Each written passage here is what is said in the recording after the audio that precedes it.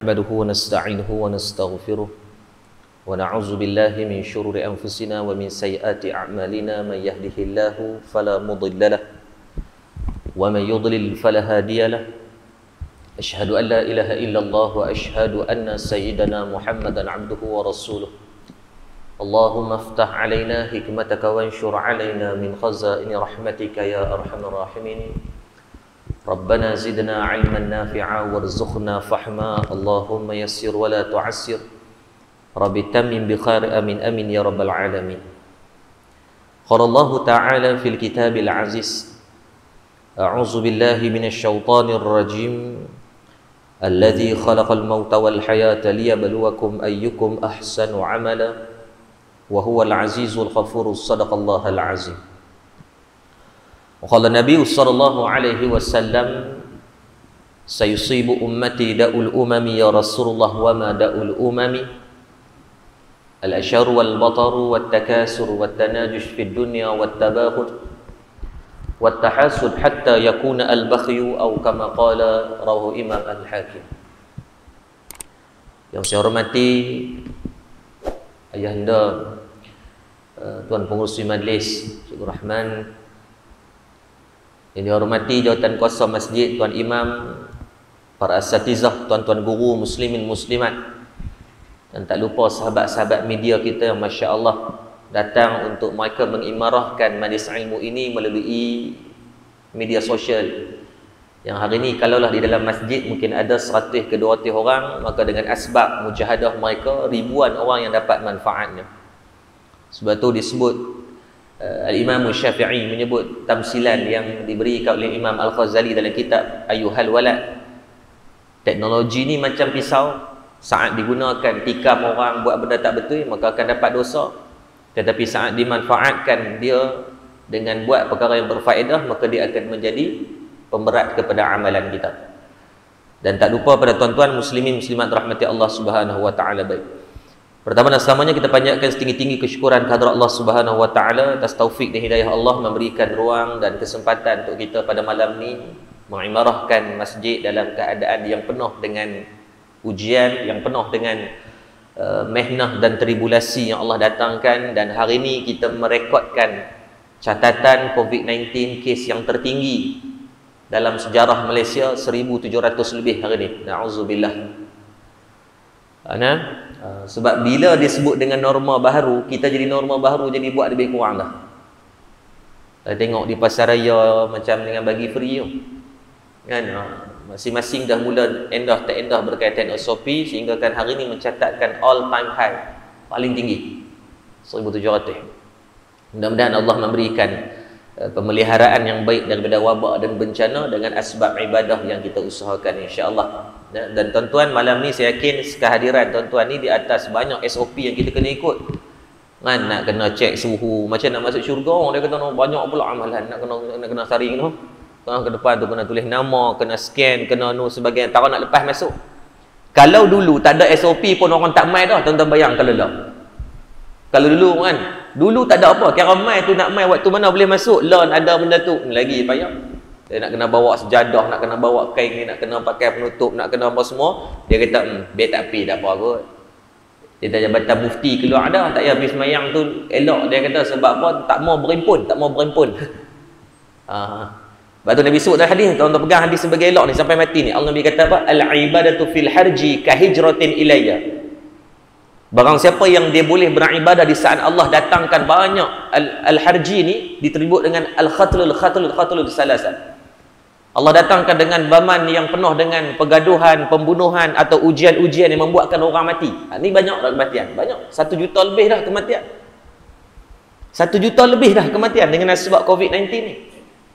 Tapi ada orang boleh beribadah? Ada. Nabi kata, kahijratin ilayya. Siapa yang mujahadah pada bab tu, diberikan pahala seperti golongan muhajirin.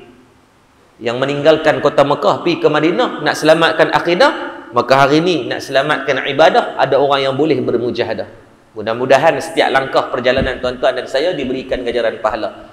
Apatah lagi saat tadi hujan, tuan-tuan, setiap titisan hujan yang Allah turunkan jadi saksi di padang mahsyar kelak, ya Allah, inilah makhluk Allah yang kau bagi ujian COVID-19, kau bagi ujian hujan, dia pi juga masjid surau. Mudah-mudahan jadi kebaikan insya-Allah. Muslimin muslimat rahmati Allah Subhanahu wa taala, satu tajuk yang baik yang diberikan oleh pihak masjid untuk kita berbincang pada malam ni. Mudah-mudahan Allah memberikan kebaikan pahala dan kebaikan kepada kita berkaitan wasiat Rasulullah. So comellah dengan bulan kelahiran Nabi sallallahu alaihi wasallam ni, dan kita pun bercakap tentang baginda Nabi sallallahu alaihi wasallam. Ada orang tanya macam mana nak mencintai Nabi sallallahu alaihi wasallam? Maka adat dan rukun yang pertama, syarat nak bercinta, kenal dulu. Anak kita balik di rumah, dia kata, "Abah, mak, cik nak menikah." Benda pertama kita nak tanya, nak menikah dengan siapa?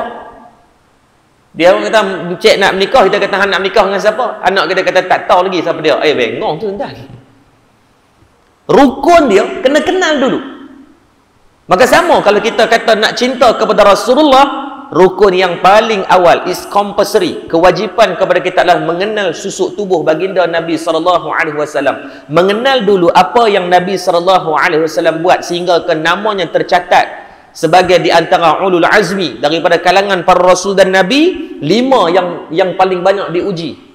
Nabi Ibrahim, Nabi Nuh, Nabi Isa, Nabi Musa, Nabi sallallahu alaihi wasallam. Maka kena kenal dulu. Dalam kitab Syama'il, di antara satu kitab yang baik untuk kita nak mengenal Rasulullah, dan saya tengok dalam pengajian tuan-tuan ada membahaskan tentang kitab Syama'il Muhammadiyah. Dalam tu diceritakan tentang fizikal Nabi, gigi Nabi macam mana, rambut Nabi macam mana, kulit Nabi macam mana, perut Nabi macam mana, dada Nabi macam mana, ketinggian Nabi macam mana. Maka bila dah mengenal fizikal Rasulullah sallallahu alaihi wasallam, walaupun tak ada gambar, walaupun tak pernah tengok, tetapi sekurang-kurangnya dah dapat gambaran macam mana, barulah menceritakan tentang pada akhlak perihal apa yang Rasulullah sallallahu alaihi wasallam. Cuma pada malam ni kita mengambil sedikit apa yang Nabi wasiatkan kepada ananda Nabi yang tercinta Sayyidatina Fatimah radhiyallahu anha. Saya mengambil di dalam kitab biografi Rasulullah sallallahu alaihi wasallam yang dicetak oleh Masri. Dan satu buku yang baik untuk kita buat sebagai pembacaan. Mereka dah menterjemah banyak daripada kitab-kitab Arab, daripada Sirah Nabawiyah Dr. Mustafa As-Sibai dan sebagainya. Maka dibuat dalam versi bahasa Melayu, memberikan kemudahan untuk tuan-tuan dan saya ni. Nah, untuk beda untuk kita nak baca dan sebagainya, insya-Allah. Boleh cari. Kata guru saya Syekh Nazrul, dia pesan apa? Dalam rumah make sure bagi ada kitab Syama'il ataupun kitab yang menceritakan tentang kebesaran Rasulullah sallallahu alaihi wasallam. Tolong pastikan bagi ada. Nabi lah beli buku yang kecil dulu kan dan sebagainya kan, cari agar ada juga sesuatu buah tangan ataupun benda yang boleh kelaziman kita untuk mengenal Rasulullah sallallahu alaihi wasallam. Tuan-tuan tahu tak, satu kezaliman kepada mak ayah menjadi satu dosa kepada mak dan ayah. Saya bercakap atas kapasiti saya pun sebagai seorang ayah kepada 4 orang anak saya ni. Tuan-tuan, berdosa kepada mak dan ayah yang tidak membuatkan anak dia kenal kepada Rasulullah. Tuan-tuan, balik sekali lagi kita balik jumpa dengan anak-anak kita. Cuba tanya anak kita, tuan, dia kenal tak Nabi? Jumpa dengan anak muda. Saya waktu tahun akhir di Universiti Pertahanan, saya tulis berkaitan masalah remaja. Bila duduk dengan anak muda ni tuan-tuan, kita tanya dia apa tentang Rasulullah. Tuan-tuan, majoriti tak kenal siapa tu Rasulullah, melainkan dia kata, "Oh, nak Rasulullah tu Nabi." Nama penuh Nabi apa? Rasulullah. Tuan-tuan, kita dengar tu nampak macam lawak tuan, tapi tuan-tuan, ni hakikat. Menangis tuan-tuan bila kita terfikir, Allah, saya buat program Mukmin Profesional untuk sekolah-sekolah kebangsaan menengah di Sungai Petani. Ada 4 sekolah yang kita jaga.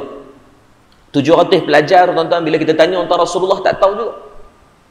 At least tuan-tuan, ajak anak kita biar dia kenal Nabi ni, binnya siapa, tok wannya siapa, mak Nabi nama apa, ayah Nabi nama apa, Nabi lahir di mana, bila tarikh kelahiran Nabi, apa akhlak yang ada pada Nabi, apa sifat wajib yang ada pada Nabi, apa sifat mustahil yang pada Nabi. At least bagi tahu yang basic pun. Tapi kalau tak tahu tuan-tuan, kita semua ni berdosa ni. Sebab di antara rukun iman dia kenapa? Rukun iman kita sekali, beriman dengan para rasul. Dan rasul yang menjadikan asbab Islam sampai kepada kita ni siapa dia? Rasulullah sallallahu alaihi wasallam. Sebab tu balik lagi sama-sama buat. Tanya anak kita. Takut anak kita ni tuan-tuan, Cristiano Ronaldo dia kenal, Khabib Nurmagomedov tu dia kenal tuan-tuan. Tak salah mereka kenal kepada manusia-manusia ni, tak berdosa pun, tetapi tuan-tuan, satu dosa saat mereka tidak mengenal Rasulullah sallallahu alaihi wasallam. Tanya Jennie Blackpink boleh kenal, boleh hafal lirik, tak salah mereka nak hafal. Aiskrim tak aiskrim ke lagu apa, silakan, tetapi pastikan anak saya dan anak tuan-tuan kenal Rasulullah. Ni nak ambil cuti sekolah lah ni, cari tengok. Boleh hantar ustaz-ustaz kan, Imam Muda Razi ke yang kita tengok mereka dekat dengan anak-anak muda, anjurkan camp cinta Nabi SAW. Buat 3 hari 2 malam full untuk cerita tentang Rasulullah. Modul-modul team building semua cerita tentang macam mana Nabi, istar Nabi kan, ada makanan sebuah sebiji macam mana ajak untuk berkongsi. Nabi dapat kurma, Nabi bagi dekat sahabat-sahabat. Padahal kurma bukan besar mikrofon ni tuan-tuan, kurma halus, tetap Nabi ajar berkongsi. Ajarkan. Takut kita tengok hari ni, bangga kita sebagai mak ayah duk cerita ke orang, anak aku boleh ni, anak aku SPM 9A, anak aku dapat UPSR. Tak salah nak bangga tu, tetapi biarlah kebanggaan kita juga saat anak kita sebut nama Rasulullah, dia boleh cerita nasab Nabi ni siapa dia. Sebut Rasulullah, dia tahu apa sifat wajib pada Nabi. Sebut Rasulullah, dia tahu bila tarikh kelahiran Nabi. Sebut Rasulullah, dia tahu apa sifat terpuji Nabi buat. Sebut tentang Rasulullah, walaupun dia bukan ustaz, anak kita bukan sekolah agama, tapi biar dia mengenal Nabi SAW. Manusia akan mencintai benda yang dia selalu dengar. Maka kelaziman kita, kalaulah Mak Saleh mereka ada bedtime story, biarlah bedtime story kita bercinta tentang Rasulullah. Buat gilak dengan isteri. Saya buat gilak dengan isteri kan, tapi kita lah kecoh kerak kan, kadang-kadang balik ke sebelah anak lena dah, so isteri ambil turn. Gantilah, kita buat ikhak. Kalau dia ganti, bayar denda RM10. So syok lah isteri, dia kata abang balik lambat tak apa. Iqab tu masuk denda lah. Kan kita dah buat gila, hari ni abang, esok awak, esok sayang, lepas tu tolong, duk kerja dia je. Iqab lah diri. Cuba buat. Nah, maka apa yang dipesan oleh Rasulullah SAW kepada Sayyidatina Fatimah radhiyallahu anha ada beberapa perkara. Ada 10 wasiat yang disebut oleh baginda Nabi SAW kepada Sayyidatina Fatimah radhiyallahu anha. Wasiat yang memberikan kepada anak anda Nabi yang tercinta yang berkahwin dengan Sayyidina Ali karamallahu wajhah, khalifah yang keempat, antara sahabat yang terhampir dengan Nabi, 10 sahabat Nabi janjikan syurga. Bukan kaleng-kaleng ni, menantu Nabi pun. Dan Fatimah di antara daripada kalangan orang yang banyak meriwayatkan hadis. Kalau tuan-tuan buka hadis dalam kitab Syama'il Muhammadiyah, banyak hadis daripada Sayyidatina Fatimah radhiyallahu anha. Berpadananlah sebab dia tu anak Nabi. So dia membesar melihat akhlak Nabi. Nak kenal kita ni macam mana, tengok, tanya isteri, tanya anak-anak kita macam mana. Dia tahu. Depan orang kita boleh kontrol, cakap lembut kan, tak apa nak marah, tapi dengan anak isteri biasanya kita akan nampak the real kita. Cengeng tak cengeng, beken tak beken, ganas tak ganas. Maka Sayyidatina Fatimah dan Sayyidatina Aisyah radhiyallahu anha di antara isteri dan juga anak Nabi ni, mereka banyak mengenal Nabi SAW. Dan daripada 7 orang anak Nabi kan, anak Nabi kita ada 7 orang, 3 lelaki 4 perempuan. Qasim, Abdullah, Ibrahim, Fatimah, Zainab, Kulsum, Siti Ruqayyah tu seorang je yang meninggal selepas Nabi wafat. Yang lain 6 semua meninggal ketika Nabi hidup. 6 daripada jalur anak Nabi lahir daripada Sayyidatina Siti Khadijah seorang saja. Sayyidina Ibrahim bin Abdullah lahir daripada Maryam Qibtiyah tu. Tapi meninggal pada ketika Nabi hidup.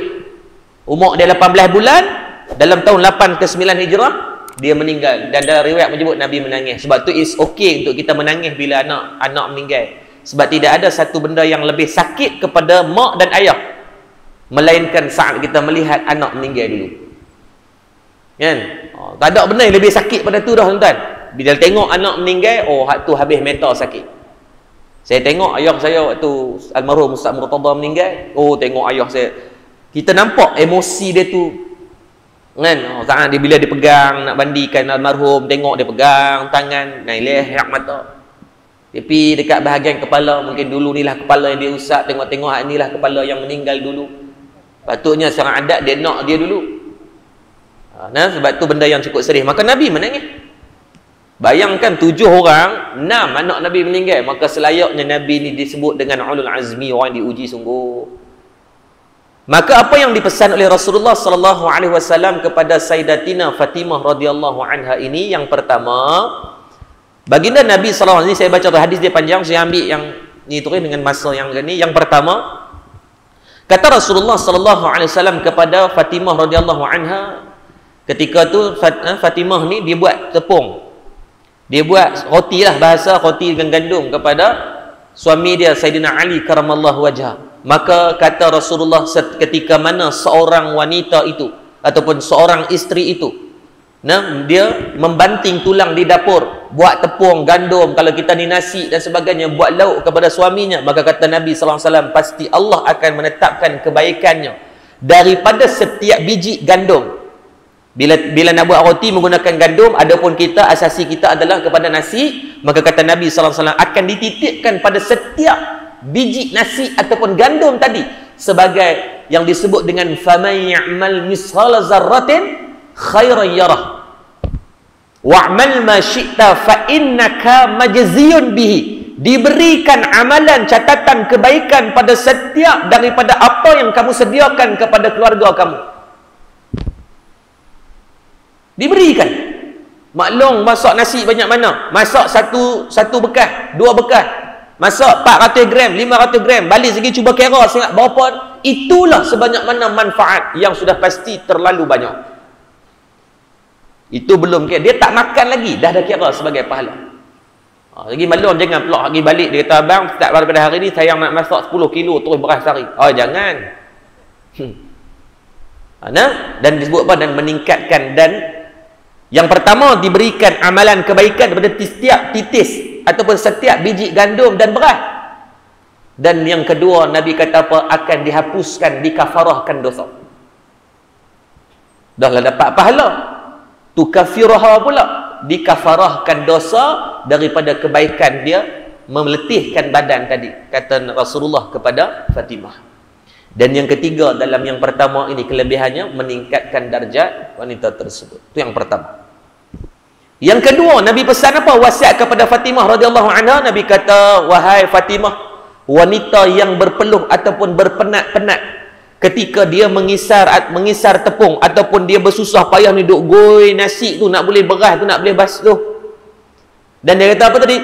Untuk suami dan anak-anak nescaya Allah menjadikan dirinya dengan neraka itu 7 tabir pemisah. Jauhnya, jadi 7 tabir pemisah yang menjadi penghalang di antara seorang isteri yang berpenat lelah dia untuk menyiapkan makanan kepada suami dan anak-anak. Sebab apa?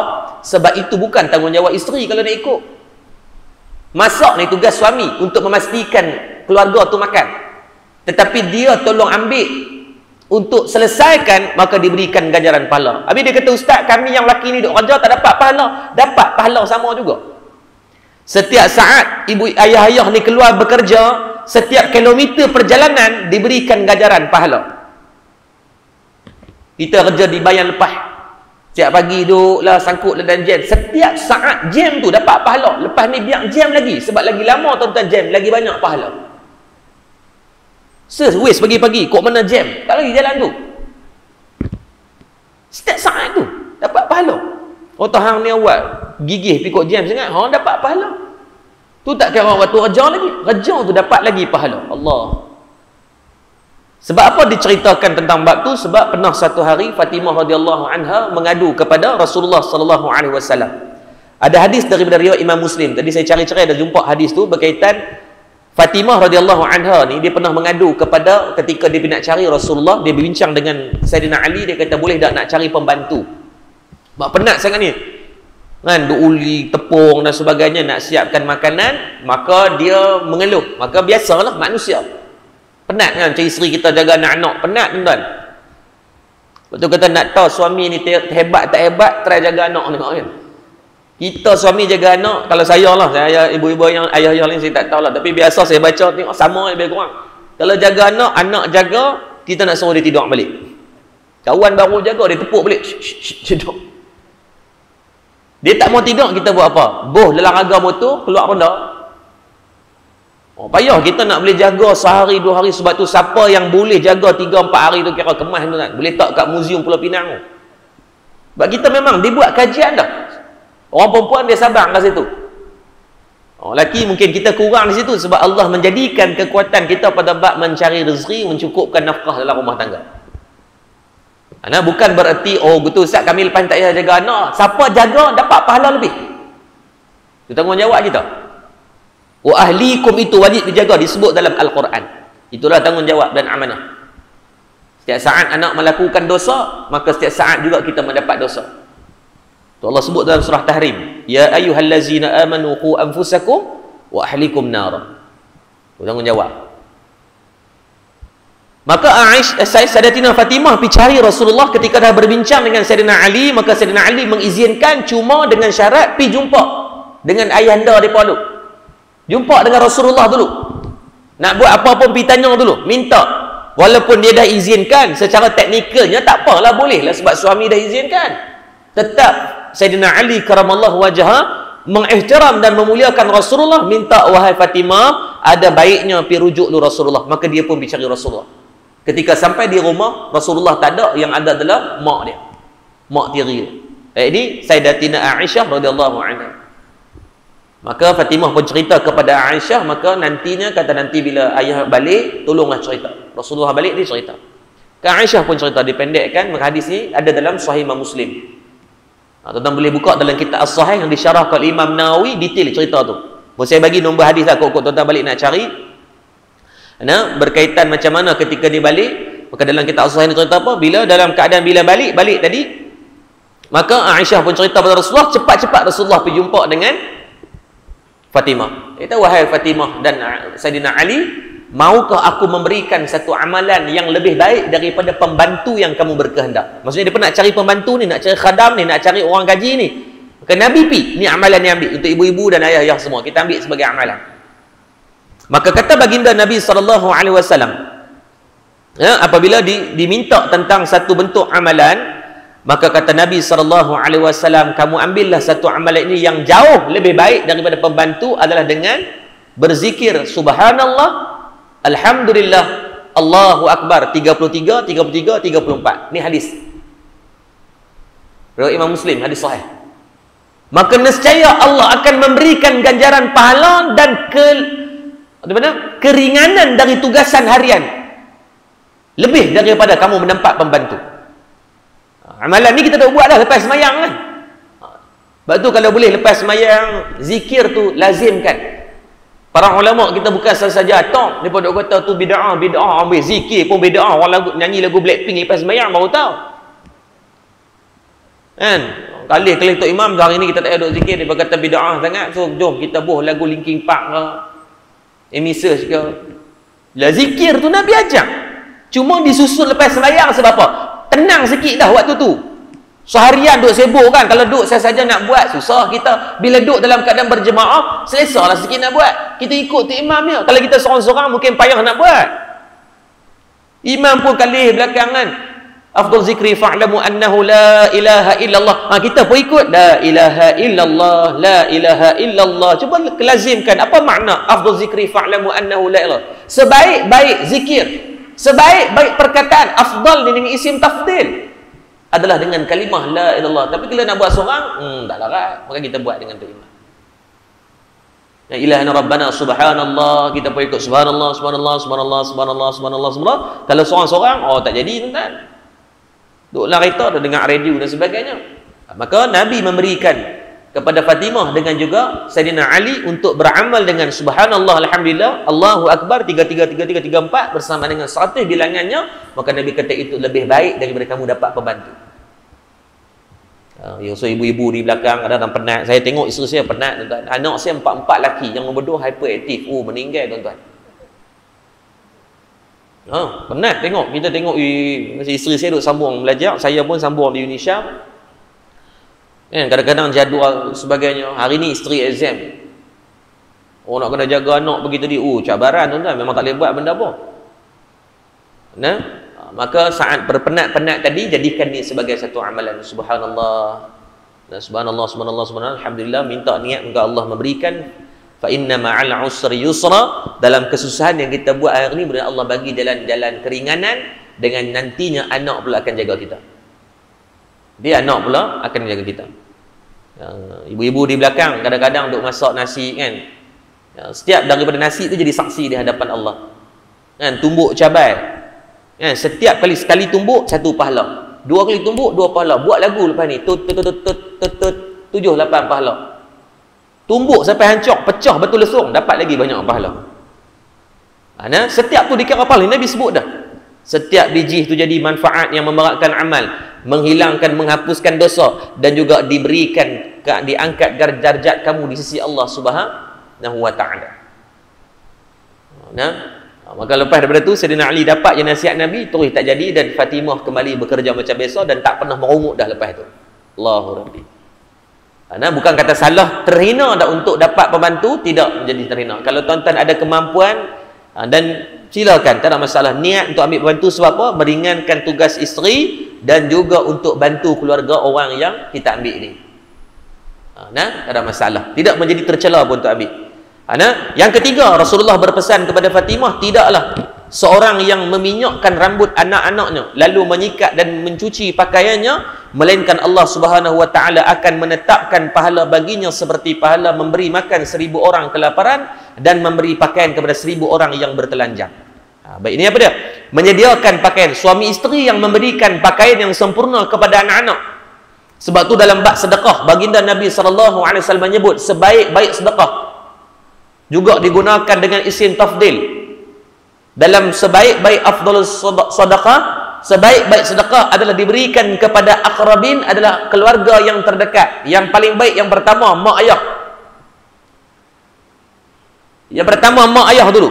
Ni suami ni termasuk saya, kewajipan kepada kita adalah mak ayah dulu. Tak banyak tak apa, yang penting bagi. Nak cepat kaya, nak dimudahkan sekalian urusan, bagi kepada mak ayah, sedekah kepada mak ayah. Seronja siapa? Isteri dan anak-anak. Saja balik sekali, abang sayang jom kita pergi beli pulut dakar. Oh tuan-tuan tengok, esok kaya tuan-tuan. Tengok anak ni nampak seluar singkat sampai macam dengan seluar bola dah pendek, bawa dia pergi beli.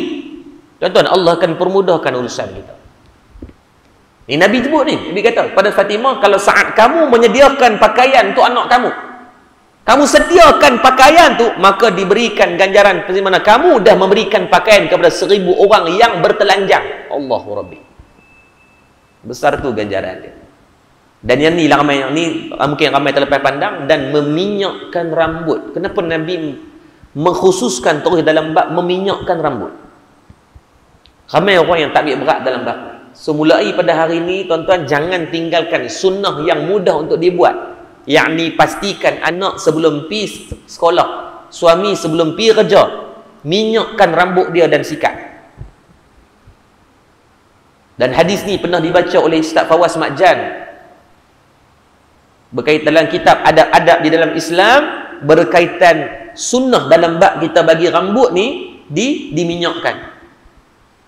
Sebaik-baik minyak adalah minyak zaitun. Tapi dia kata, ustaz kami nak pakai pomade boleh? Boleh, tak ada masalah.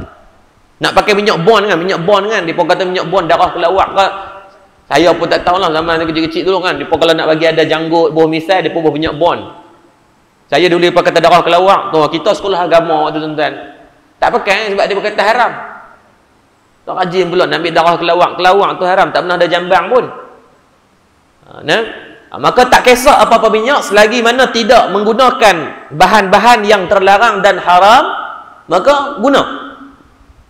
Anak saya dia suka ada satu pomade saya beli, orang Melayu kita buat di Terengganu, dia bacuh sendiri, dia tengok dia punya dapak dan sebagainya. Anak saya suka pomade tu, dia wangi dan sebagainya. Anak saya suka, tak apa, biar. Yang nak beramal dengan minyak zaitun tu sebaik-baik sebab Nabi buat. Itu ada hadis juga dari Imam Muslim, boleh tengok dalam kitab As-Sahih juga, menceritakan Rasulullah sallallahu alaihi wasallam, di antara benda yang Nabi ada di tangan sentiasa, minyak wangi, sugi. Yang ketiga apa dia? Cermin. Yang keempat, sikat. Dan rambut Nabi sentiasa rapi ada. Nabi tak pernah rambutnya cering. Maksudnya sentiasa rambut Nabi ni dijaga rapi dengan minyak. Dia kata, ustaz macam mana kami yang botak tak ada rambut? Jangan dah pergi lumuk minyak pula, nampak uduh sangat pula, merlip nampak. Sebab tu ada ulama yang mengatakan ada siapa yang sengaja membotokkan rambutnya, ni ada bukan kata haram, tetapi boleh jatuhkan sampai peringkat makruh. Saja-saja rambut elok saja buat bagi botok chin tu, seloknya elokkanlah. Nah, sebab kita dah hilang salah satu sunnah yang besar. Tapi dosa ke tak dosa, cuma biar kalau boleh ada. Yang botok tengah dia buat macam mana? Botok tengah tak apalah. Nah, maka usahakan lepas ni anak nak pergi sekolah sikat rambut. Itu ustaz, anak tak ada, sikat jiran sebelah anak punya. Nah, dapat juga pahala. Sebab ni Nabi sebut seperti mana kamu meminyakkan rambut pada 1000 orang. Ui, 1000 orang bukan sedang ni. Tuan-tuan ni malam ni kan, kalau kita nak minyak rambut kat semua orang ni, tuan-tuan 200-300 orang pun lengah nak sikat tu.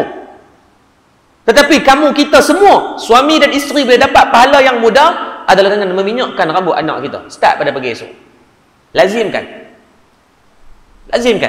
Jadikan tu sebagai kewajipan, seperti mana kita mewajibkan anak kita pakai baju dan seluar sebelum dia keluar rumah. Pastikan juga itu menjadi satu rutin dan kebaikan untuk kita buat pada dia. Kalau kita tak ada pun biar dia buat sendiri. Jangan bagi nampak serabai selekeh tu. Allah itu cantik dan Allah suka pada kecantikan. Jadi boleh nak? Ni amalan mudah ya. Seorang isteri yang berpenat siapkan pakaian, Nabi kata macam mana kesusahan dia kamu bagi kepada 1000 orang yang buat pakaian kepada yang bertelanjang tadi. Bangun pagi serika baju suami, serika baju isteri suami pun kadang-kadang mungkin dah bangun awal sikit kan, mungkin balik semayang tengok ada waktu. Apa salahnya sekali-sekala serika baju isteri? Kan? Beli hak yang serika, hak yang ganas sikit tu, hak 2000 tu kan, sekali tarik ya tuan-tuan. Hilang kedot, tak payah beli baju sabela tu dah.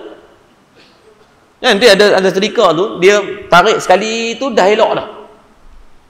Dia tak ada, dia tak panas, dia bukan panas menggunakan panas macam Nayan hak dulu ni. Yang boleh untuk bak kereta, kadang-kadang isteri tak bagi terserika sebab sejarah ni kita banyak rosakkan baju dia dengan carik kan. Tapi beli hak serika tu tak dia tak rosak. Dia pakai wak haba ke apa saya pun tak tahu. Kan, beli 5 kali bayar kau tu tak apalah, seronok isteri. Sekali dia tarik ya. Siap dia tanya pula malam ni lagi saya terus nak pergi ke Terengganu tu, esok pagi saya ada program di sana.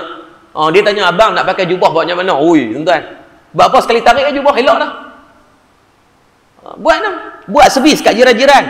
Tuan-tuan beli bagi kat niat kat jiran, tuan-tuan dapat tumbang pahala dia. Kan dapat tadi Nabi kata apa? Dia buat untuk keluarga dia macam 1000 orang. Nabi kata dalam hadis yang lain, barang siapa yang menunjukkan satu kebaikan dan ajak orang buat kebaikan, memudahkan orang buat kebaikan, dia akan dapat pahala macam mana kawan tu buat. Balik daripada duduk membawang, saya kata nak tak baju anak-anak lelaki yang main serika kat rumah gua kan, lala 5 minit dia main serika sambil-sambil duduk sembang je. Allah bil elektrik berapa kupang sangat dia serika tu, bukan 4 jam setengah buka dobi tuan-tuan. Tetapi bila anak dia memakaikan baju dengan asbab kita memudahkan cara tadi, tuan-tuan dapat anak tuan-tuan dah 1000 dah. 1000 orang yang tuan-tuan bagi pakai, anak dia tuan-tuan dapat lagi 1000. Anak bini pun tuan-tuan dah ada madu ke seorang, lagi dapat banyak lagi. Tuan-tuan, ni Nabi wasiat ni. Minyakkan rambut. Ini ramai tak buat. Kita pun ada sekolah, kadang-kadang kita tengok budak main, jadi rimah bila tengok budak rambut jadi serabai. Jadi mulai pada hari ni kita nak ni jemaah daripada Khariah Masjid At-Taqwa Bertam, orang yang mengaji ni. Saya terus terang segan bila cikgu telefon, segan nak main. Saya tengok nama-nama ni semua tok-tok guru belakang. Kata rindu lama tak jumpa ayahanda kita. Saya dulu duduk menyewa depan ni, balik pada masa dulu ni tempat saya duduk. Kita main nak ziarah ayahanda kita. Kan tak sebab saya alim dah, main nak tumpang berkat ni kursi ni ramai. Ustaz Rosli, ayahanda kan, untuk ayah kita dan sebagainya, mudah-mudahan dapat juga manfaat tu insya-Allah. Jadi mulai pada saat ni jangan benarkan anak keluar ataupun diminyakkan rambut. Sebaik-baik minyak zaitun. Tapi boleh nak pakai minyak lain, boleh minyak Bond ke, James Bond ke, pomade ke, apa ke, selagi mana ingredient dia ataupun bahan daripada yang tidak haramnya, maka dibenarkan, tidak menjadi masalah. Pesan kat anak lah, balik lagi abang Torin. Okay, ni rule baru abah nak bagi. Siapa keluar tak sikat rambut, tak buh rambut minyak rambut, maka tak ada duit sekolah. Biar jadikan itu sebagai undang-undang. Sebab kita apa pesan itu? Sebab kita nak dapat pahala tu. Dengan sebab pesanan mungkin kadang-kadang kita tak sempat, dia buat, maka kita dapat pahala. Ini dia nak buat rambut macam Ismail Zani, serambut tu kan. Dia dia artis bilang dia. Kita hak biasa ni ambil apa yang Nabi sallallahu alaihi wasallam sebut. Baik, yang ke 4. Rasulullah berpesan kepada Fatimah radhiyallahu anha, tiadalah wanita yang tidak memberikan bantuan kepada jirannya melainkan Allah akan menghalang daripada minum telaga Kausar pada hari akhir kiamat kelak. So Nabi kata siapa yang tak membantu jirannya maka Allah akan menghalang dia. Makna bantu ni banyak. Wa iza stansahaka fansah lahu, dalam hadis Nabi kata. Di antara hak sesama Islam yang Islam Muslim yang perlu ditunaikan, wa iza stansahaka fansah lahu. yakni membantu orang ataupun saudara kamu, maka di antara saudara yang dekat dengan kita adalah jiran kita. Sebab tu dalam hadis sahih Imam Bukhari menyebut ada berkaitan, Nabi kata apa? Fitnatul rajul fi ahlihi malihi jarihi. Perbuatan dosa kepada seseorang ini datang dengan beberapa jalan. Yang pertama, ahlihi, ahli keluarga kita. Yang kedua, malihi, harta benda. Yang ketiga, jarihi, jiran tetangga. Sebab tu menjadi satu pahala kepada kita sebelum beli rumah, tengok siapa jiran kita. Maksud merisik dulu. Nak pergi beli rumah, tengok jiran kita macam mana. Tanya, Assalamualaikum, bang, sihat ke bang? Abang nak tanya rumah kau ni macam mana? Jiran kau ni okey ke? Tanya jiran tu. Oh, dia pun kata keluar hak tu tak boleh pakai, yang belah nu tak boleh pakai, nu tak boleh pakai, dia seorang boleh pakai, confirm dia tak boleh pakai tu. Ramai tak? Kita cari rumah kita tu tak? Kita buat tak? Kena risik tu. Risiklah tanya jiran kita macam mana. Saya rumah pak mentua saya. Kalau tuan-tuan pergi di Taman Delima ni, sahabat-sahabat kita pernah pergi. Depa duk main kan 2-3 kali dah. Depa pecah semua dinding. 5 jiran pecahkan kan rumah taman biasa dia buat tembok macam Israel tu kan. So bagusnya jiran-jiran ni semua pekat pecah. Pom. Jadi 5 rumah tu connected each other. Ruang depan yang patut pos kereta apa semua tu dia pecahkan, maka tuan-tuan boleh bayang nampak macam mana. Jadi lapang lah. So kadang-kadang parking rumah kereta kat depan kawan ni, kalau buat kenduri jangan tu susun kerusi je. Sonok makmuk tu jadi. Kadang-kadang masak tuan-tuan pergi hantar. Jadi sebab bila tak ada pagar, automatik dia connecting tu jadi dekat. Petang-petang ni kadang nak menjincah buah, nak semua duduk ke depan tu lah. Sonok kita tengok tu, kata beli jiran bukan beli rumah. Sama dengan jiran saya sebelah lah ni tuan. Saya menyewa di Taman Sejati Indah. Jiran tu bagus tuan-tuan. Depa pencen hari-hari hantar makan tu bagus tu. Saya dengan bini duduk ngaji, duduk kalut raja. Dia hari-hari, ustaz tak balik lagi ke? Kami duduk tunggu ustaz ni nak makan. Dia tuan. Baru ni saya tak sedar di belakang rumah tu pokok pisang besar dah. Dia tolong pergi ambil. Dia tanya pula, ustaz nak makan apa dengan pisang ni? Dia dah tolong ambil, nak tolong masak pula. Allah. Saya pujuk tuan rumah boleh jual rumah tu kat saya. Saya bukan ni kisah pasal rumah tu. Rumah tu rumah kecil biasanya. Tapi tu mahal kat jiran tu. Mahal tu jiran saya tu kontan. Kalau boleh tak kat pasar tu mahal tu. Value rumah mungkin 180,000. Value jiran mungkin 200,000. Saya pujuk banyak kali. 4 kali tanyalah tuan rumah. Dia kata tak mau jual ustaz, nak bagi kat anak-anak. Kalau dia ada anak perempuan lagi menikah dengan anak dia, tak apa dapat rumah tu. Betul tuan, jiran Nabi ajar. Sebelum cari rumah, cari jiran. Sebab Nabi kata jarihi, dosa boleh datang daripada jiran dan manfaat juga boleh datang daripada jiran. Sebab tu Nabi kata apa? Barang siapa yang dia melihat kesusahan pada jirannya tanpa dia bantu kalau dia ada duit, mungkin bantu dengan cara duit ni. Fasa COVID-19 dah 800,000 dibentangkan di parlimen kan berapa hari lepas, yang dah mula unemployment, downsizing, Malindo A dah habis total. Asia dah mula downsizing syarikat dia. Kebanyakan JLC buat benda yang sama. Travel and tours habis. Syarikat penerbangan, perhotelan habis tuan-tuan ni. Pakat duk tunggu kalau tidak ada suntikan-suntikan tertentu daripada kerajaan. Memang sadaqallah al-azim tuan-tuan, boleh buat tahlil dah malam ni. 800,000 dan 800,000 tu mungkin datang daripada jiran-jiran kita. So make sure jangan pastikan kenyang perut kita tanpa mengenyangkan perut jiran. Boleh dah amalan hidupkan balik tuan amalan kita, pilih jiran kiri kanan, balik besok pakat dengan depa. Kita buat macam ni. Hari ni saya masak nasi, hang buat lauk. Esok kita buat lauk, dia masak nasi. Jangan kita ada masak nasi, lauk rumah jiran meninggal dia tuan. So kita buat satu mata, lauk nasi buat masak untuk 3 keluarga, kiri kanan. Jiran buat benda yang sama. Dia buat lauk, hari ni dia duit lebih sikit, dia beli ayam sekor, so dia 3 orang makan, nu 3 orang, so sekor tu cukup. Potong 18. So dia bagi hak ni 6 cukup. Yang kawan tu pula buat sayur, hak paling syok buat sayur lah.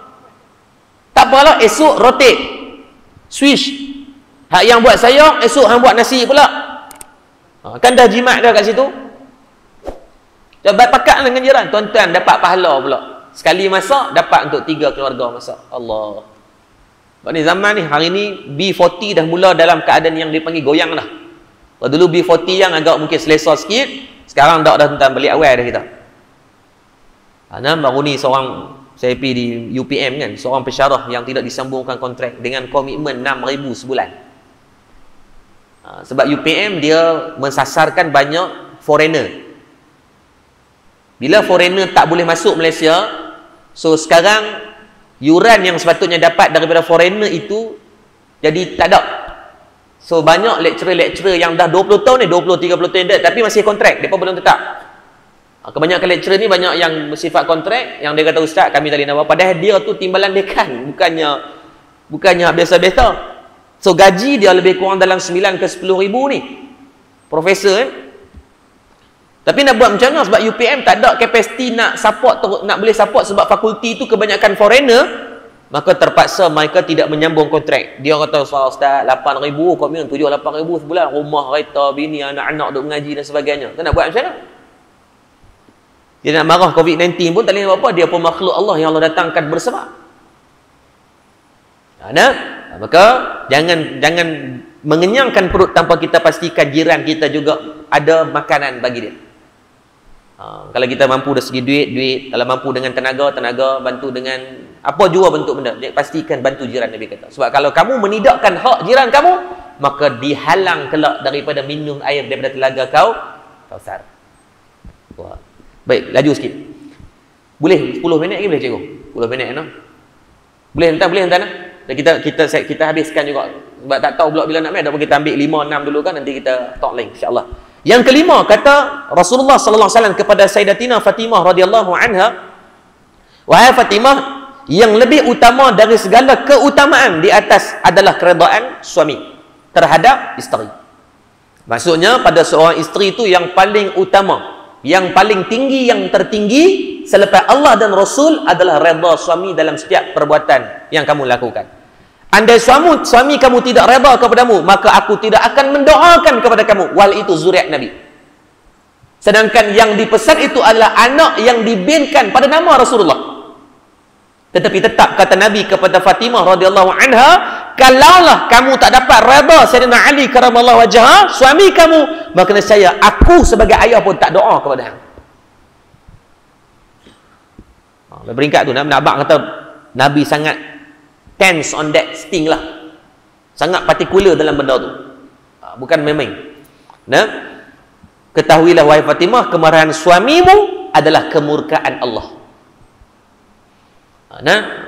Selagi mana dia tidak menyuruh kepada benda yang mungkar, maka ada orang tahu ustaz, tak adil lah cik kami ya dengar cakap suami. Tuan-tuan, Allah jadikan comel dah kitaran dia, seorang isteri wajib taat kepada seorang suami, keutamaan. Tetapi anak, ayah ke mak, maka sebanyak mana anak yang kamu miliki, ketaatan dia, keutamaan dia adalah kepada mak. Sahabat menyumpah Nabi, wahai Rasulullah, di antara mak dan ayah aku siapa yang paling aku nak muliakan? 3 kali Nabi kata ummi, baru abi. Allah jadi dia punya cycle tu cantik. Isteri, keutamaan kepada suami. Anak-anak, keutamaan kepada mak dia. Mak dia tu siapa? Isteri.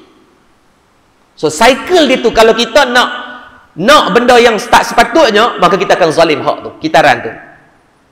Kita pun buat lebih kurang dengan suami kan, sebab rasa macam benda tu tak adil, rasa macam Allah buat tu tak adil, rasa macam apa yang Nabi pesan tu tak adil, maka kita buat lebih kurang dengan suami. Mungkin sebab kita ni pekerjaannya, duit ada, kita ada sources kita sendiri, kita ada pangkat di tempat kerja, maka kita bawa sampai rumah tangga. Ibu-ibu di belakang, kakak di belakang. Jangan bimbang. What you give, bukan you get back. What you give, you get more. Kita buat lebih kurang dengan suami, Allah akan balas anak-anak lebih kurang dengan kita. Sebab itu hak, kita dah tarik satu hak, Allah tarik balik hak kat sini.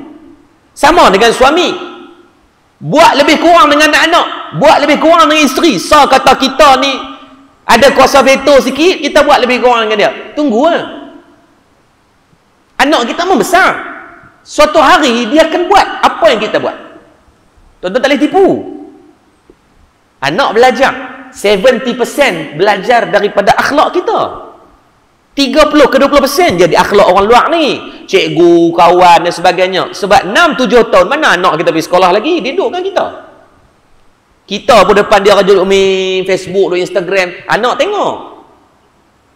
Bukan kata salah nak main tu, nak tokok telefon pun boleh, tapi biar ada waktu dia.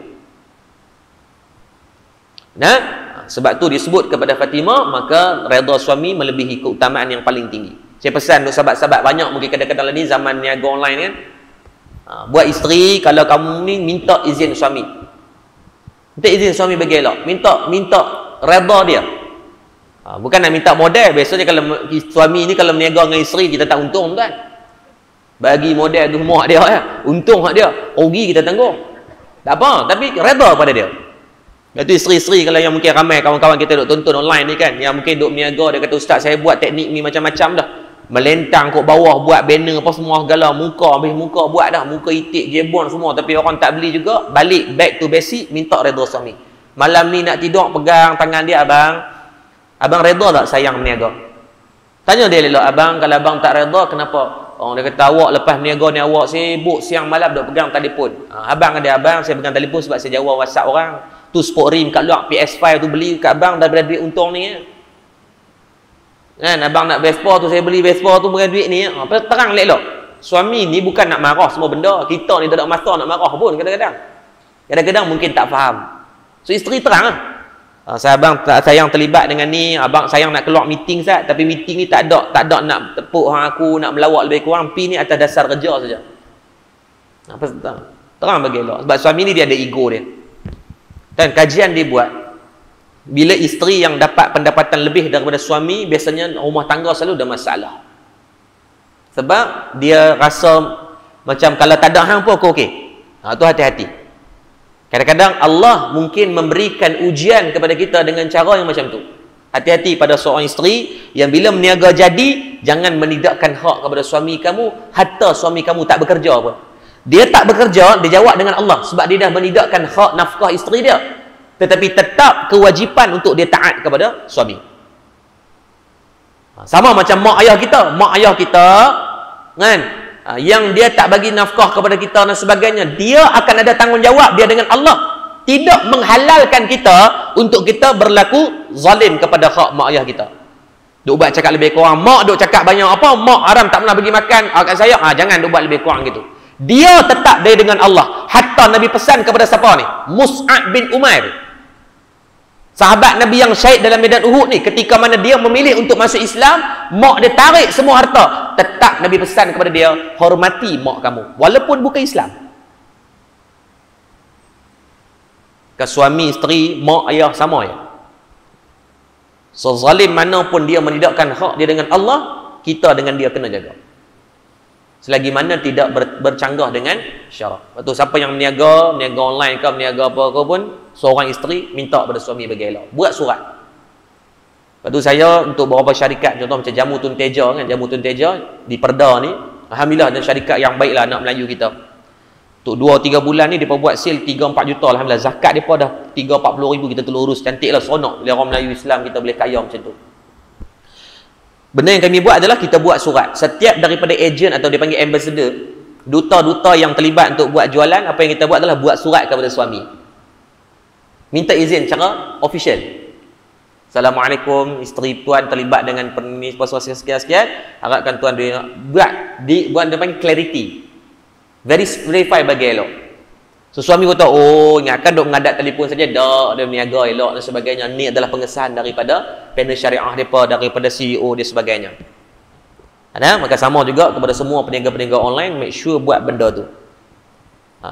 Officialkan agar tak menjadi salah faham. Yang keenam, kata Rasulullah sallallahu alaihi wasallam, wahai Fatimah, apabila wanita mengandung, maka malaikat memohonkan keampunan baginya dan Allah menetapkan baginya setiap hari 1000 kebaikan.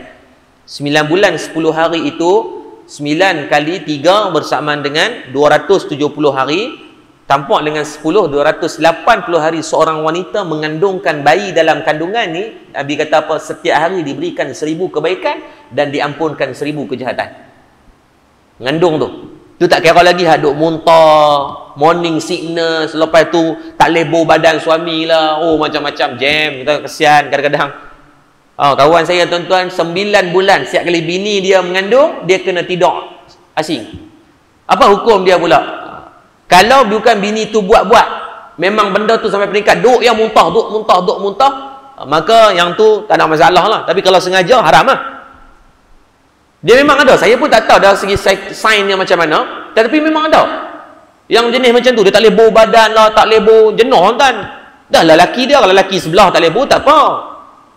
Bila buat macam mana? Mungkin itu adalah aturan yang Allah jadikan ujian ke atas isteri dan suami lah. Biasanya ada orang yang sekat sebulan 2 tahun nak habis 4 bulan pertama kan. Fasa pertama ada orang yang sampai 9 bulan meninggal. Setiap kali bini mengandung tepuk dia, mampu dah aku. Nah, saya alhamdulillah tak ada. Isteri saya dah 6 kali, 2 kali 2 meninggal, 4 ni semua okey. Boleh lena peluk rapat ke pun tak ada masalah. Kan? Tapi ini adalah ujian lah. Tapi ingat ibu-ibu di belakang, setiap hari diberikan 1000 kebaikan dan diampunkan 1000 daripada kejahatan. Allah. So maklum-maklum balik lagi abang kalau suami bisik, abang nak mengandung lagi. Monopos pun tak ada masalah. Boleh tak? Boleh apa? Secara adatnya mungkin tak boleh. Tapi boleh tak dengan Allah? Boleh. Dalil dia apa? Boleh buka dalam Al-Quran. Kan? Boleh buka dalam surah As-Saffat ayat 100. Kisah Nabi Ibrahim AS diberikan anak pada umur yang ketika Siti Sarah dah mencecah umur monopos yang lama. Bukan monopos baru ni, lama dah. Dan diberikan Nabi Ismail, lepas tu dapat pula Nabi Isa AS daripada jalur keturunan Siti Sarah dan lahirnya keturunan Nabi SAW daripada jalur tersebut. Cuma kita kalau di Malaysia umur 45 ke atas mengandung sakit kena belepak dekat klinik kesihatan. Memang sakit tuan-tuan, dia tiba beram. Bukan salah dia. Dia mungkin bagi atas judgement perubatan. Dia bagi atas nama atas kapasiti ilmu dia. Biasanya dengan umur macam ni maklum, biasanya akan banyak komplikasi berlaku. So nasihat, tahu mungkin kita lah rasa macam kasar sikit, tapi dari segi hukum tak ada menjadi isu. Tak menjadi masalah pun. Dan ada kes di Malaysia, saya tanya doktor, kawan saya pakar di klinik Mawar, hospital specialist kan. Dia kata ada ustaz, saya pernah main, dah monopos 5-6 tahun, tengok-tengok mengandung, pergi cek di klinik kesihatan ni malu dia, pakai mask sebelum COVID-19 dah pakai mask. Malu, orang duk main dengan nak teman cucu, tengok-tengok perut dia buat lain macam ni. Umur 58 mengandung, tak gila tuan. Tak gila lah dari secara hukumnya, tetapi dari segi orang kata galak orang tua ni, orang dia kata macam-macam. Sampai dia dapat unit counselling khas lah. Maksudnya dia pergi tu, dia tak beratok apa, dia pun bagi khas. Dan abang kata manfaat tu je. Bukan nak suruh ibu-ibu belakang umur 60 mengandung ke apa, tak. Kalau rezeki lah. Dapat pahala tu. Sebelum ni dapat juga pahala, walaupun tak tahu malam ni mengaji dapat lagi pahala. Seronok gitu. Cek balik 6 orang anak, cek balik 280 hari kali dengan 9 orang. Allah. Dah 2000 berapa ratus hari dah tu. Manfaat daripada hanya disebabkan dengan mengandungkan anak. Dan disebab apa? Ketika wanita merasa sakit untuk melahirkan, tadi 280 hari cara adat 9 bulan 10 hari itu dah dapat dah setiap hari itu jana 10,000 pahala, 1000 pahala. Dan selepas itu pula Nabi kata saat nak melahirkan, contraction berlaku, mula sakit, pecah ni ayak. Yang apa dia panggil apa? Ayak ketumban kan? Setiap sakit yang dia tanggung itu diberikan ganjaran pahala. Nabi kata sama seperti mana pahala orang yang sedang berjuang di jalan Allah. Ini dipesan kepada Fatimah yang mengandungkan Sayyidina Hasan, Sayyidina Husin, cucu Nabi kan. Allah. Setiap saat ibu-ibu di belakang tu, ya Allah, kadang-kadang 4 jam, 5 jam, buka 4 inci, tunggu pula, buka kadang-kadang masuk asak, kadang-kadang sampai ke subuh tak bersalin lagi. Dalam misi dulu yang bersalin pun ada. Amor tuan-tuan, kita tengok Allah. Lepas tu diajarkan kepada kita suami bila ni buat semayang hajat, baca banyak istighfar. Bila isteri nak ni buat ayak dia panggil ayak selusuh ke apa dia panggil kan, ayak selusuh. Kan? Ayat zuhur tu bukan buat dengan mambang merah, mambang kuning ke apa, baca dengan zikir, selawat, aturan yang ulama kita ajak juga. Baca surah Qul Huwallah, minta Allah permudahkan dengan mengisahkan diri kepada Allah melalui ayat tu sebagai makhluk. Ayat tu makhluk masuk dalam diri isteri kita, memudahkan urusan kelancaran dia untuk melahirkan anak. Mudah-mudahan. Itu ikhtiar. Dari segi perubatan ada, perubatan depa bagi pil dan sebagainya tu tak ada masalah, ikhtiar dengan semua jalan. Tapi setiap itu diberikan pahala. Jika dia melahirkan kandungannya, maka bersihlah dosa-dosanya seperti dia dilahirkan daripada kandungan ibunya. Seorang ibu yang melahirkan anak, kalau Rasulullah kata kepada Fatimah, macam mana bayi dilahirkan tak berdosa, macam itulah seorang ibu yang melahirkan anak. Allah memberikan kafarah dosa dengan cara melahirkan anak. Dan bila meninggal ketika melahirkan, maka dia tidak membawa dosa sedikit pun. Di dalam kubur akan mendapat taman-taman indah, merupakan sebahagian daripada taman syurga, dan Allah memberikan pahala kepadanya sama pahala 1000 orang yang melaksanakan ibadah haji dan umrah. Dan 1000 malaikat memohon keampunan baginya hingga hari kiamat. Daripada mula saat meninggal ni, bila meninggal dia duduk alam barzah kan, belum masuk mahsyar lagi. Bila berlaku mahsyar? Ketika berlakunya kiamat. So Nabi kata apa? 1000 malaikat ni, orang-orang yang meninggal ketika melahirkan anak ni, Allah Subhanahu wa taala arahkan depa ni mereka ni mohon keampunan bagi pihak orang yang meninggal melahirkan anak ni sampai kiamat tu. So siapa yang mati 100 tahun lepas, dah 100 tahun malaikat mohon keampunan baginya kepada Allah sampai hari kiamat. Tu dah 100 tahun dah, ni sampai kiamat, tak tahu bila lagi ni. Yang mati tu zaman Rasulullah dah 1400 tahun. Malaikat tu tugas dia hari-hari minta, ya Allah ampunkan dosa si mati, ya Allah. Sebab apa dia meninggal? Sebab dia melahirkan zuriat bagi suami dia, ya Allah. Allahu Rabbi. Tapi orang Melayu kita tak senonoh. Hak meninggal dia pergi buat minyak dagu pula dah, mangkuk ayun tengok. Adakah berdosa pada ni? Berdosa pada yang buat syirik kepada Allah, selama-lamanya takkan Allah ampunkan. Tapi pada si mati tak ada masalah apa. Dia tak dosa apa, dia mana nak tahu orang main korek takkan dia cekik kot. Ni bukan hantu sunda bolong. Maka pada ni Nabi pesan kepada isteri, pada kita sebagai suami, pujuk isteri.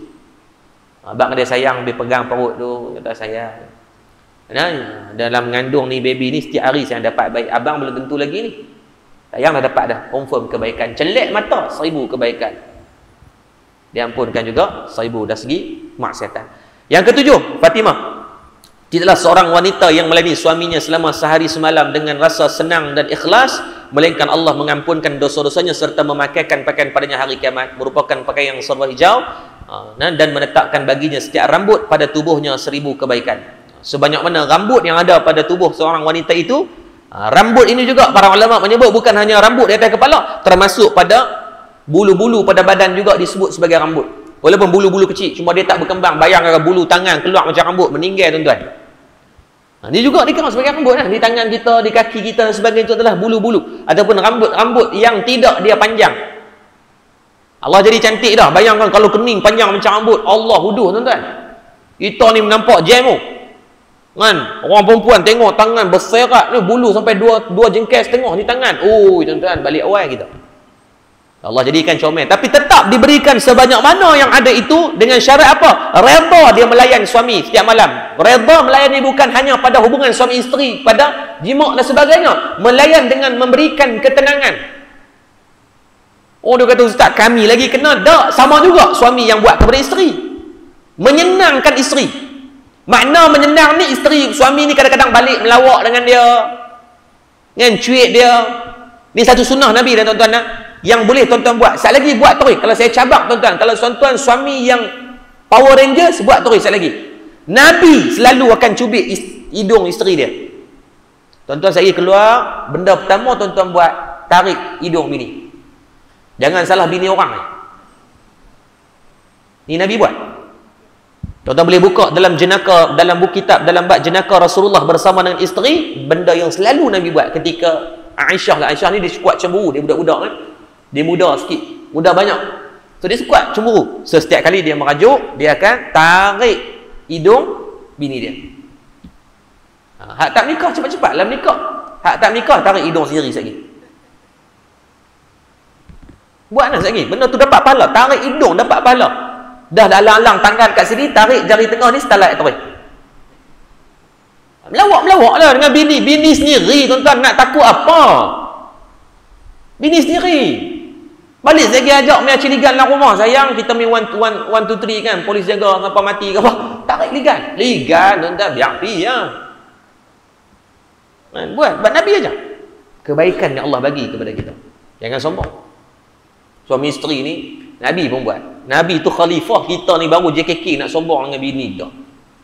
Pangkat baru grade 41 tu pun bila nak kena buang tak tahu. Bila nak pencen tak tahu lagi tu.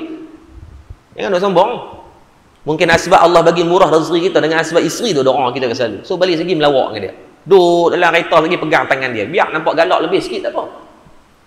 Dia kata, abang semalam malam Jumaat, malam ni malam Sabtu jangan nak buat leceh bang. Lah pegang tangan. Yang sayang pun marah. Siapa? Isteri mungkin kita tak pernah buat. Dia kata, abang dua tak minta menikah baru mesti nak mampu ni. Tak apa buat dah. Biar pergi. Balik lagi buat galak sikit, abang ayang kita mandi sekali malam ni. Kan bisik kat dia. Susah hati dia tuan-tuan. Tak apa, buat. Kita ustaz tak apa, muda lagi tuan-tuan. Muda tak muda tuan-tuan kita buat. Sebab Rasulullah pada umur Nabi, Aisyah riwayatkan berkaitan Nabi SAW sentiasa akan mandi dengan isteri-isterinya. Hatta pada umur Nabi dah mencecah 60-an, Nabi mandi lagi dengan isteri-isteri. Hatta ketika mana isterinya dalam uzur syar'i pun Nabi tak mengasingkan mereka. Nabi mandi.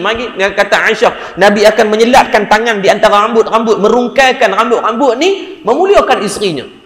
Dari riwayat tu bukan daripada Aisyah je, ada isteri-isteri Nabi yang lain pun sebut benda yang sama. Maksudnya adakah Nabi pilih? Tak, Nabi buat kepada semua. Kita baru bini seorang tu ya, kadang-kadang kita dah berlagak rasa macam mandi tu benda yang memalukan. Memalukan kalau tuan-tuan buat live Facebook. Mandi tu buat live Facebook, tu malu lah. Kalau dengan bini kita nak malu apa? Pandai waktu menikah tu londeh habis semua tak ada malu pula. Tiba-tiba lah nak mandi malu, sedangkan tu ada ibadah. Sebanyak mana rambut yang Allah bagi, sebanyak mana pada tubuh itu diberikan ganjaran pahala. Dengan apa? Suami menyenangkan isteri, isteri menyenangkan suami. Makna senang bukan hanya pada ketika bersama atau bersetubuh, makna senang ini pada hakikat kehidupan harian. Cakap telefon sayang sihat ke, saja telefon nak ucap I love you, okey, jaga diri elok, assalamualaikum, dah. Cukup. Menyenangkan. Dan dalam riwayat menyebut ketika Nabi balik mendapat wahyu yang pertama, dalam keadaan terketak badan ni, apa yang Sayyidatina Siti Khadijah buat? Selimutkan badan, menyenangkan Nabi. Tak tanya banyak, abang pindah, abang elok, abang kena ligang ngalung mana, tak ada, dia menyenangkan. Bagi relax, breakdown turun relax, tenang, baru tanya. Nah, yang ke-8 kata Rasulullah, 2 lagi. Tidaklah wanita yang tersenyum di hadapan suami melainkan Allah memandangnya dengan pandangan penuh kasih sayang. Ini disebut juga termasuk adalah suami. Maksudnya balik lagi senyum, terisi kan. Senyum macam dengan waktu dapat gaji 24 hari bulan. Balik tengok abang sihat ke abang, nah abang yang minum yang biar lepas ni biar macam suami dapat gaji hari-hari. Kita pun sama. Balik lagi usik dia. Kita ni mungkin kalau kita suami ni banyak kita menyenangkan isteri dengan kita usik dia kan. Tak apa usik lah, usik bagi dia seronok. Dia merajuk sikit, tak apa, biasa rumah tangga. Rasulullah sallallahu alaihi wasallam sentiasa akan memberikan pandangan walaupun Nabi berhadapan dengan macam-macam masalah, pentadbiran negara, peperangan, tetapi Nabi balik di rumah seolah-olah Nabi ni orang tak kenal dia sebagai seorang pemimpin dah.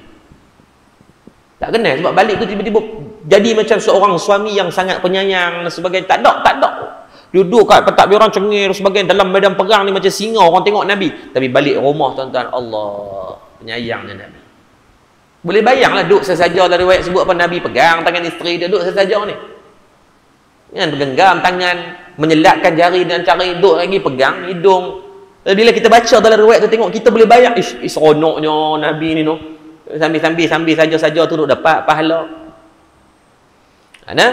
Maka seorang isteri yang memberikan senyuman dan dikira pahala yang banyak, diberikan pandangan kasih sayang oleh Allah Subhanahu Wa Taala. Yang ke-9, wahai Fatimah, tidaklah wanita yang membentangkan alas tidur untuk suami dengan rasa senang hati, melainkan para malaikat yang memanggilnya dari langit menyeru wanita itu agar menyaksikan pahala amalnya dan Allah mengampunkan dosa-dosanya yang telah lalu dan akan datang. Fi mustaqbal, yang mendatang, fil madi, yang sebelum. Makna hamparkan tempat tidur ni sebab tu menjadi sunnah untuk kita. Dalam nak tempat tidur, make sure sunnah nak adalah kita ketuk, kita kibar. Ini ada hadis. Karena kalau bukan pada seorang isteri pun suami buat. Kan maksudnya tempat tidur kalau yang belum kahwin ni pun tak apalah, praktis siap-siap. Nak tidur tu kadang-kadang kita bujang ni tuan-tuan buat tak tahu ya, Isnin, Khamis, Jumaat, Sabtu macam mana kita bangun macam tu kita tidur. Jangan dah ubah. Walaupun kita penyegan, saya bercakap ni penyegan tuan. Saya waktu dalam ATMA, Akademi Tentera Malaysia, sebab kami kena standby bag sedia. Katil tu kena sentiasa rapi. Saya cukup kena, selalu kena tuan.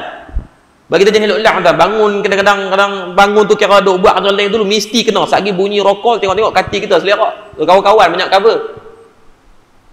Walaupun tu balik bila berumah tangga kadang-kadang lupa juga.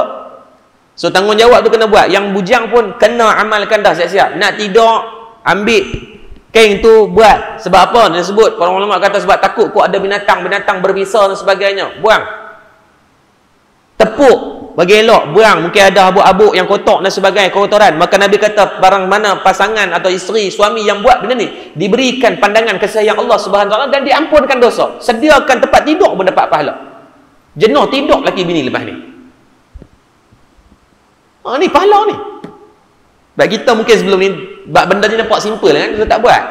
So pada malam ni kita sama-sama boleh tak? Bukan sebab saya pandai, saya cuma baca, sama-sama kita amalkan. Bila sebut ni kadang-kadang kita tak buat pun benda tu kan. Sedangkan Allah kata, Nabi kata apa? Allah nak ampunkan dosa fil madhi yang sebelum ni. Banyak ni dosa kata ke orang, tengok benda tak elok, telinga dengar percakapan tak baik. Allah nak ampunkan hanya dengan membentangkan tempat tidur dalam keadaan penuh ikhlas dan seronok. Bukan nak merajuk, bukan nak masam com kan, nak beli Dyson yang baru, tengok suami tak mau beli, dia com, tak apalah. Com macam mana pun, hampak bagi elok. Kita pun, kita nak ni sekali-sekali isteri tak bagi, nak pergi mengai, bini tak bagi. Dia kata hujan-hujan nak pergi mengai, menetang apa? Pergi market sudah. Dan kita kata, awak tak faham pasal perasaan saya, kalau duduk kat peluk tu, saya tenang dan sebagainya, dia tak bagi juga. Kita pun beban merajuk, hampak sebab dia nak bagi elok. Tak ada masalah. Cukup pergaduhan di situ, bukan dibawa sebab peringkat, untuk kita nak tidur sekali. Marah bergaduh tu biasa, kita bukan malaikat, kita manusia, ada emosi, kita ada perasaan marah, kita ada perasaan sebagainya, tapi jangan berpanjang-panjangan. Sebab tidur dalam keadaan bimbang dilaknat oleh Allah dan Rasul, laknat oleh malaikat dalam keadaan tidak ada redha di antara suami isteri. Jadikan budaya tuan. Saya sendiri pun masih usaha untuk buat.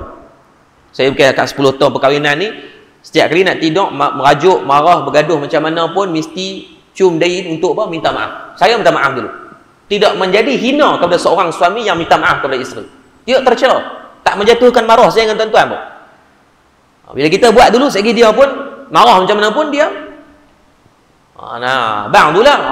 Tak apalah, boleh tiang sikit, kita buh headset je, selesai. Settle lah. Abang tu lah, orang dua abang dah.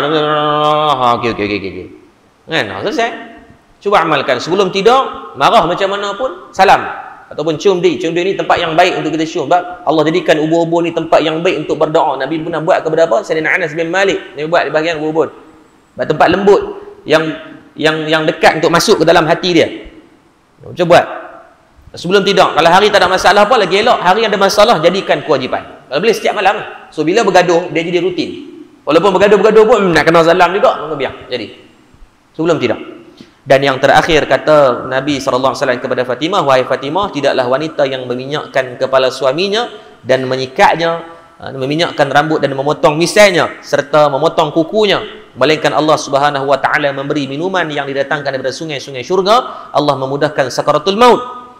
Ni siapa yang nak husnul khatimah, daripada husnul khatimah dengan sakaratul maut yang diringankan, maka isteri lepas ni nak tolong minyakkan rambut suami. Suami sekali-sekala ni payah nak buat, minyakkan rambut isteri. Dia nak tidur tu kata, sayang malam ni nak sikat rambut sayang sikit. Nak tengok ada kutu ke apa patai kepala kan, boh sikat. Sebab Nabi kata apa? Diberikan kemudahan dalam sakaratul maut kita. Allahu Rabbi. Sebab apa diberikan kemudahan sakaratul maut? Sebab you dapat redha suami, you dapat redha isteri dengan hanya meminyakkan dan sikat rambut. Bila sikat rambut tu menyenangkan tak kalau pasangan kita buat? Senang. Rasa ya seronok, rasa macam bling-bling, rasa macam bunga turun kan, bintang-bintang. Biar pi orang tua-tua apa, bukan bini orang, bukan bini sebelah kita. Kok bini jiran kata awak masih sikat rambut awak, memang nak kena jack tengah belakang lah. Bini kita. Baik lagi buat nah. Sayang tolong serikah ni, serikah pula dah. Nah, tolong sikat rambut dapat pahala. Dan diberikan keringanan dalam bab sakaratul maut ni, waktu nak meninggal tu dipermudahkan. Serta kuburnya menjadi sebahagian daripada taman syurga, radatul jannah. Potong kuku, jadikan rutin. Setiap minggu kita potong kuku dia potong kuku kita. Misai ni kadang-kadang misai ni sampai Allah Rabbi tak nampak dah mulut ke hidung. tenggelam dengan hutan misal tu, buat bagi elok, tak salah belah misal, tapi biarlah dalam keadaan sampai menjadi mudarat pula. Tolong buat. Kan, kalau pandai gunting rambut, tolong gunting rambut kat dia. Kan, tengok rambut dia tak apa nak line, kita potong mana kita reti betul abang ada pergi kedai. Mana dapat pahala. Dan diberikan daripada seksa neraka serta melintasi setiap sirat dengan selamat. Ni janji Nabi. Boleh rujuk di dalam kitab Sirah Nabawiyah dan juga buku biografi Nabi SAW dicetak daripada masjid dalam bahasa Melayu tu. Jadi 10 wasiat ni mudah-mudahan Allah memberikan kebaikan untuk kita sama-sama beramal. Bukanlah saya yang bercakap orang yang baik, tetapi sama-sama kita menambah kebaikan di atas kecintaan kita kepada Nabi SAW. Dan kebaikan untuk kita sama-sama nak cinta kita kepada Rasulullah, mengambil pesanan Nabi SAW untuk kita masuk ke dalam rumah tangga. Mudah-mudahan Allah memberikan kurniaan dengan tiru apa yang Nabi buat, mahabbah, sakinah, mawaddah dalam rumah tangga kita. Mudah-mudahan rasa tenang, rasa kasih, rasa rindu saat kita duduk di luar, rasa nak balik cepat-cepat. Bila duduk dalam rumah tak rasa nak keluar. Mudah-mudahan kita diberikan kekuatan seperti itu, diberikan kebaikan dalam rumah tangga kita. Isteri menyenangkan suami, suami menyenangkan isteri, anak-anak memberikan kesejukan pada pandangan mata kita, sejuk perut isteri yang melahirkan, dan juga pandangan anak-anak baik pada melihat kita sebagai mak ayah yang walaupun ada kekurangan tetapi mudah-mudahan lebih banyak kebaikan insya-Allah. Jadi saya ucapkan terima kasih banyak kepada pihak Masjid At-Taqwa Bertam atas kesudian untuk menjemput pada malam ni. Mudah-mudahan Allah memberikan kebaikan dan kesatuan hati kepada jemaah ataupun AJK Masjid At-Taqwa Bertam, dan seperti mana nama itu At-Taqwa, mudah-mudahan Allah memberikan juga ketakwaan kepada semua hati-hati, bekalan yang paling baik yang melebihi harta yang beli semua benda. Dan kita doakan juga khusus kepada umat Islam dan juga rakyat di Malaysia dan juga dunia yang diuji dengan fasa wave yang ketiga dalam COVID-19 yang hari ini adalah rekod tertinggi 1,700 orang. So masing-masing pakat jagalah. Kalau tak ada keperluan untuk keluar, tak perlu keluar. Kalau tak perlu nak beli, guna kalau nak makan, order food panda ke apa, carilah panda ni ke panda ni ke apa, tuan-tuan usahakan insya-Allah. Jadi sekarang dulu yang baik daripada Allah atas kelemahan kita ilmu. Wabillahi taufik. Assalamualaikum warahmatullahi taala wabarakatuh. A'udzubillahi minasyaitonir rajim. Bismillahirrahmanirrahim. Alhamdulillahirabbil alamin. Hamdan yuwafi ni'amahu wa yukafi mazidah.